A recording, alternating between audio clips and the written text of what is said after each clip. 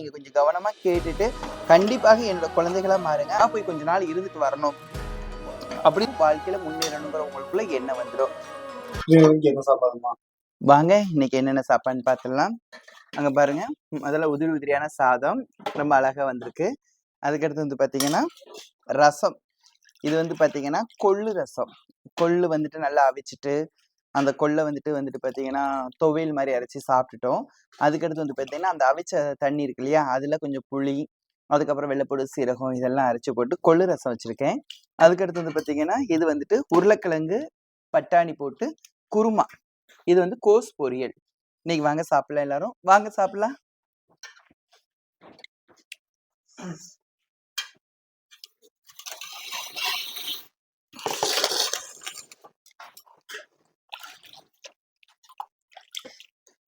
கொள்ளு ரசம் வந்து ரொம்ப உடம்புக்கு நல்லது. அது மட்டும் இல்லாம கொள்ளு ரசத்துல வந்து சொல்லுவாங்க தேவையான சத்துக்கள் அத்தனையுமே இருக்கும். நம்ம எல்லாரும் சொல்லுவாங்க உடம்பு இளைச்சிருமோ அப்படின்னு. அப்படிலாம் கிடையாது. நமக்கு கொள்ளு ரசம் வந்துட்டு உடம்புக்கு ரொம்ப ஆரோக்கியமானது.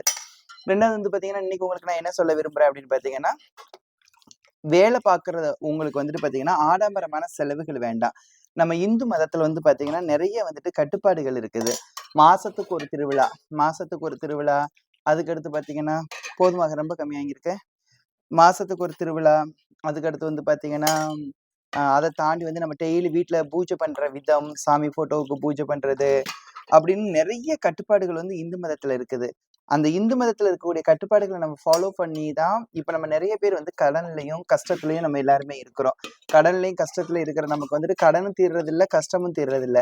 கடைசியா நம்ம என்ன பண்றோம் அப்படின்னு பாத்தீங்கன்னா, இந்து மதத்துல வந்து நான் சாமி கும்பிட்டேன், நான் எல்லா விஷயங்களும் பண்ணினேன், எனக்கு எதுவுமே நல்லது நடக்கல அப்படிங்கிற மாதிரி நம்ம சொல்றோம். உங்களுக்கு யார் அப்படி பண்ண சொன்னா?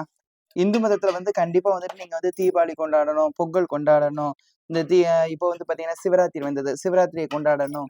நீங்க இன்னும் அதுக்கு அடுத்து வந்து பாத்தீங்கன்னா பங்குனி உத்திரம், இப்படிலாம் வந்துட்டு ஒவ்வொரு விஷயத்தையும் கொண்டாடணும்னு உங்களுக்கு சொல்லி கொடுத்தது யாரு? அப்படி நீங்க சொன்னதுக்கு அப்புறம் உங்களுக்கு பிரச்சனைகள் தீர்ந்துச்சா? யோசிச்சு பாருங்க, தெரியும். அப்படி நமக்கு தீந்துறதுக்கான வாய்ப்புகள் கண்டிப்பாவே கிடையாது. அதனால நான் என்ன சொல்றேன் அப்படின்னீங்கன்னா, இந்து மதம் வந்து நிறைய சொல்லிக்கிட்டே இருக்கும். உங்களுக்கு என்ன தோணுது? உங்களுக்குன்னு ஒரு ஆன்மீகம், உங்களுக்குன்னு ஒரு கோவில் பிடிச்சிருக்கும். உங்களுக்குன்னு யாராவது ஒரு ஆன்மீக வழிபாட்டுல இருக்கவங்க யாராவது ஒருத்தவங்க உங்களுக்கு பிடிச்சிருப்பாங்க. அவங்க என்ன சொல்றாங்களோ அந்த வழிமுறைகள்ல நீங்க நடங்க. அது உங்களுக்கு பிடிச்சிருந்தா செய்யுங்க. நம்ம கோயிலுக்கு வரவங்ககிட்ட ஒரே விஷயம் நான் அழுத்தி சொல்லுவேன். அழுத்தி சொல்லக்கூடிய விஷயம் என்ன அப்படின்னு பாத்தீங்கன்னா, ஒரு தெய்வ வழிபாடுகள் பண்ணுங்க. இந்து மதத்துல இருக்கக்கூடிய ஒவ்வொரு விஷயங்களையும் வந்து நீங்க கடைபிடிக்கணுங்கிற அவசியம் கிடையாது. இப்ப தீபாவளி இருக்குது, பொங்கல் இருக்குது, அப்படின்னு நிறைய இருக்குது. நம்ம இந்து மதத்துல வந்து நிறைய இருக்கு. அப்படி நீங்க கடைபிடிக்கணுங்கிற அவசியம் இல்ல. அப்படி நீங்க கடைபிடிச்சதுனால நீங்க வெற்றி பெற போறதும் கிடையாது அப்படின்னு சொல்லிடுவேன். நான் என்ன பொறுத்தளவுக்கு நான் நம்புறது என்ன அப்படின்னு பாத்தீங்கன்னா, நம்மளோட தொழில், நம்ம என்ன வேலை பார்க்குறோமோ அந்த வேலை யாருக்கும் துரோகம் செய்யாம இருக்கணும். யாருக்கும் துரோகம் செய்யக்கூடாது. நம்மள நம்புறவங்களுக்கு நம்ம துரோகம் செய்யக்கூடாது. அதுக்கடுத்து வந்து பாத்தீங்கன்னா, ஆடம்பரமான செலவுகள் இருக்கக்கூடாது. நான் சாப்பிடுற விஷயத்துல வந்துட்டு பசங்களுக்கு வந்துட்டு நான் நிறைய வந்துட்டு நல்ல விதமா பண்ணுவேன். இன்னைக்கு பாருங்க விதவிதமா பண்ணி குடுப்பேன். அதுல வந்துட்டு எந்த ஒரு நிலைமையும் இல்லாம நிறைய விஷயங்கள் நான் நல்லது பண்ணி குடுப்பேன். ஆனா வந்துட்டு செலவுகள் அப்படின்றது வந்துட்டு நான் சொல்றது வந்துட்டு பாத்தீங்கன்னா, நிறைய கடைபிடித்தல் வந்துட்டு நிறைய விஷயங்கள் நம்ம பண்றோம். அப்படிலாம் இருக்கக்கூடாது. நமக்குன்னு ஒரு குருமார்கள் இருப்பாங்க. அது இல்லையா நமக்கான வழிபாடுகள், தெய்வ வழிபாடுகள் ஒரு பக்கம் ரொம்ப நல்ல விஷயம். ஆனா எல்லா சாமியும் கும்பிட்டு நீங்க என்ன சாதிக்க போறீங்க? அப்படிங்கிறது நீங்க யோசிச்சு பாத்தீங்கன்னா, நீங்க எல்லா சாமியும் கும்பிட்டதுக்கு அப்புறம் உங்களுக்கு என்ன கிடைச்சுச்சுன்னு யோசிச்சீங்கன்னா, நிம்மதி இல்ல அப்படிங்கிறது கேள்விகள் கிடைக்கும். அப்ப நம்மளோட குருமார்கள் என்ன சொல்றாங்க? ஒரே தெய்வ வழிபாடு. நான் மக்களுக்கு சொல்லிக் கொடுக்கறது என்ன அப்படின்னு பாத்தீங்கன்னா, நீங்க நம்ம கோயிலுக்கு வரீங்களா? நான் நிறைய விஷயங்கள் வந்து அவங்க கிட்ட வந்து சொல்றது ஒரே விஷயம் தான் சொல்லுவேன். ஜாதகங்கள் பார்க்காதீங்க. அதுக்கடுத்து வந்து பாத்தீங்கன்னா, இந்து மதத்துல சொல்லக்கூடிய ஒவ்வொரு விஷயங்களையும் நீங்க கேட்கணுங்கிற அவசியம் இல்ல. தர்மத்தோட இருங்க. தர்மத்தோட இருந்தீங்கன்னா உங்களுக்கு நடக்க வேண்டியது எல்லாமே நல்லா இருக்கும். இயற்கையை நேசிங்க. கடவுள் நம்பிக்கையோட, நம்ம ஏதோ ஒரு தெய்வ வழிபாடுகளோட, கடவுள் நம்பிக்கையோட தெய்வத்தை கும்பிடுங்க. அதுக்கடுத்து வந்து பாத்தீங்கன்னா, அவங்க அந்த சொன்னாங்க, இவங்க இதை சொன்னாங்க அங்க போய் பார்த்தா நமக்கு எல்லாம் சரியாயிடும். இங்க பார்த்து பார்த்தா எல்லாம் சரியாயிடும். அப்படின்னு நீங்க எல்லாருமே நினைக்கிறீங்க. காரணம் என்ன அப்படின்னு பார்த்தீங்கன்னா, நமக்கு ஒரு நல்ல விஷயங்கள் தொடர்ந்து நடந்துகிட்டு இருக்கு. அப்ப இப்போ ஒரு பிசினஸ் பண்ணிட்டு இருக்கீங்க. நீங்க ஒரு கடை வச்சிருக்கீங்க. அங்க வந்துட்டு உங்களுக்கு பார்த்தீங்கன்னா, ஒரு நாளைக்கு வந்துட்டு 10,000 டூ 15,000 வரைக்கும் வியாபாரம் ஓடுது. உங்களுக்கு ஒரு ரூ. 3,000 லாபம் கிடைக்குது. அப்போ வந்து பார்த்தீங்கன்னா, நம்மளுடைய எதிரிகள் யாரு எங்க வந்தாலும் சரி, நம்ம கடைக்கு வந்தாலும் சரி, நம்ம அத பத்தி கவனிக்கிறதே கிடையாது. ஆனா, என்னைக்கு வந்துட்டு உங்களுக்கு அந்த வியாபாரங்கள் வந்து கொஞ்சம் டவுன் ஆகுதோ, வியாபாரம் கொஞ்சம் கம்மியாயிட்டு, நம்மளோட தொழில்ல கொஞ்சம் லாபங்கள் குறையுதோ, உடனே நம்ம என்ன சிந்திக்க ஆரம்பிச்சிட்டோம்னா, இந்த பக்கத்து வீட்ல இருக்கக்கூடிய வந்தாங்களே அவங்களா இருக்குமோ, இல்ல பக்கத்து கடைக்காரங்க வந்தாங்களே, நம்ம எதிரிகள் வந்தாங்களே, அதனால அவங்க ஏதோ செஞ்சு வச்சுட்டு போயிருப்பாங்களோ, அப்படின்னு நமக்குள்ள ஒரு மனசுல எண்ணங்கள் ஓடுது. அந்த எண்ணங்கள் ஓடுனது நம்ம என்ன பண்றோம்னா, ஜாதகத்துக்காரங்கள தான் உடனே பார்க்குறோம். இல்லன்னா சோசியங்கள் பார்க்கறதுக்கு ஒவ்வொரு இடத்துலயும் ஜோசியம் பார்ப்பாங்க. அவங்கள நம்ம பார்க்க போறோம். அவங்க என்ன பண்றாங்க அப்படின்னு பார்த்தீங்கன்னா, அவங்க வாழ்வாதாரத்துக்காக அவங்களோட வாழ்வாதாரத்துக்காக உனக்கு இந்த மாரி பிரச்சனைகள் வந்து செஞ்சு வச்சிருக்காங்க. நீங்க போய் சொல்லுவீங்க, எனக்கு இந்த மாரி பிரச்சனை இருக்கு. அப்ப உங்களுக்கு இத செஞ்சு வச்சிருக்காங்க. நீ இந்த மாரி பரிகாரம் பண்ணு, அந்த மாரி பரிகாரம் பண்ணுன்னு சொல்லுவாங்க. நீங்க ஏற்கனவே கடன்பட்டு, கஷ்டப்பட்டு, ரொம்ப துயரத்தோட தான் நீங்க போறீங்க. அத அவங்க நல்லா பயன்படுத்துறாங்க. நீங்க கேட்கலாம், நீங்க அப்படி பண்ணுவீங்களா? இந்த இடத்துல அப்படி கிடையாது. நீங்க வர்றீங்களா? நான் உங்களுக்கு சொல்லிக் குடுக்குறது ஒண்ணே ஒண்ணு தான். கடவுளை நம்புங்க. இங்க இருக்கக்கூடிய அம்மாக்களை நம்புங்க. அதை தாண்டி என்னோட நடத்தை, நான் உங்ககிட்ட பழகுற பழக்கம், நான் சொல்ற வாக்குகள் உங்களுக்கு பிடிச்சிருந்ததுன்னா, அதுக்கடுத்து என்ன நம்புங்க. அந்த நம்பிக்கையில உங்களுக்கு எந்த மாரியான உங்ககிட்ட நான் வந்துட்டு சொல்லிக் குடுக்குறேன் அப்படின்னு நான் உங்களுக்கு சொல்லுவேன். அதன்படி நீங்க நடங்க. நான் சொல்லிக் குடுக்குறது அத்தனையுமே என்ன அப்படின்னு பார்த்தீங்கன்னா, இந்து மதம் உயரணும் அப்படின்னு சொன்னீங்கன்னா, ஒவ்வொருத்தவங்களுக்குள்ளயுமே விழிப்புணர்வுகள் வரணும். அந்த விழிப்புணர்வோட நீங்க இருந்தால் மட்டும் தான் இந்து மதத்தோட வளர்ச்சிகளை நம்ம உருவாக்க முடியும். நம்ம எதுல விழிப்புணர்வா இருக்கோம்னா, இங்க போனா சரியாயிடுமா? அங்க போனா சரியாயிடுமா? அத செஞ்சா சரியாயிடுமா? இந்த சரியாயிடுமா? இந்த மாரி விழிப்புணர்வு இருக்கும். அது வந்து நம்மளோட வாழ்க்கையில கண்டிப்பா வெற்றி அடையாது. விழிப்புணர்வா இருங்க. நல்ல வேலை பாருங்க. நெறைய சந்தோஷமா இருங்க. எல்லாத்தையும் நேசிங்க.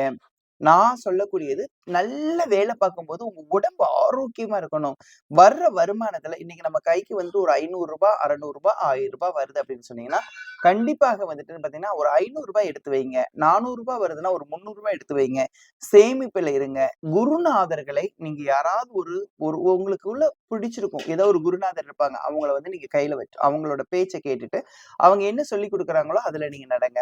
இப்படி நீங்க செஞ்சா மட்டும் தான் இந்த இந்து மதத்தோட முன்னேற்றங்கள் இருக்கும். இன்னைக்கு நெறைய பேர் சொல்றாங்க. நீங்க கோயிலுக்கு போறீங்களா? உங்க வீட்டுக்காரர் குடிக்கலையா? நீங்க கோயிலுக்கு போறீங்களா? உங்க கடன் தீர்ந்துருச்சா? உங்க கஷ்டம் தீர்ந்துருச்சான்னு. ஆனா என்னோட கோயில்ல ஆயிரக்கணக்கானன்னு சொல்றத காட்டிலும் பல ஆயிரக்கணக்கான மக்கள் எனக்கான மக்களாக என் கோவிலுக்கு வர்ற மக்கள் இருக்காங்க. அவங்க எல்லாருமே ஒவ்வொரு ஸ்டெப்பா என் பேச்ச கேட்டு நடந்தா முன்னேறிக்கிட்டு தான் இருக்காங்க.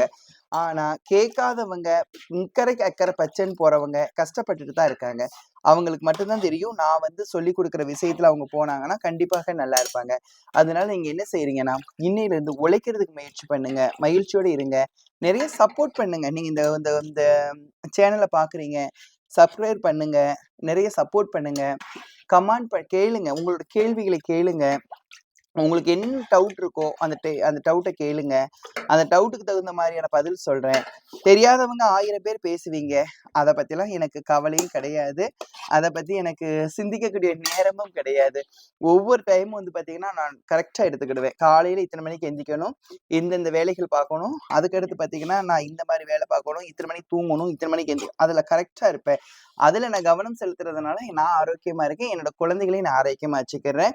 அதனால எல்லாரும் சிந்திக்கலாம். இது பெரிய வீடியோவா இருக்கும். நீங்க கொஞ்சம் கவனமா கேட்டுட்டு, கண்டிப்பாக என்னோட குழந்தைகளா மாறுங்க. ஆனா உங்ககிட்ட மறுபடியும் நான் சொல்லக்கூடியது என்ன அப்டின்னீங்கன்னா, மரணம் அப்படிங்கிறது வந்துட்டு நீங்க யாருமே யோசிக்காதீங்க.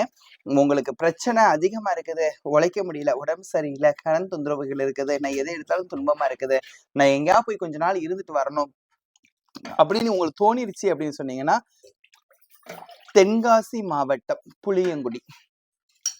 அதாவது புளியங்குடின்னு நீங்க நெட்ல போட்டாலே வரும். நம்ம பவானியம்மன் டெம்பிள்ன்னு போட்டீங்கனாலே நம்ம கோயில் வரும். நீங்க வாங்க.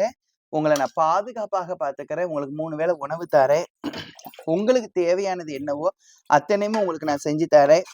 நல்லா சந்தோஷமா இருங்க. அதுக்கப்புறம் உங்களுக்கே தெரியும். நானும் வாழ்க்கையில முன்னேறணுங்கிற உங்களுக்குள்ள எண்ணம் வந்துரும். வாழ்க்கை வாழ்வதற்கு பிறவி எடுத்தது இறைவனை நாடி பிறருக்கு உதவிகள் பண்ணி நாமும் சந்தோஷமா இருக்கிறதுக்கு. சந்தோஷமா இருப்போமா? மீண்டும் சொல்றேன். யாரும் இல்லன்னு நினைக்கக்கூடாது. நம்ம வாழ்க்கை இவ்வளவுதான் முடிஞ்சு போச்சுன்னு நினைக்கக்கூடாது. நான் இருக்கிறேன். என் செல்வங்கள் அத்தனை பேர் வாங்க. உங்கள நான் பார்த்துக்கிறேன். ஜெய் பவானி.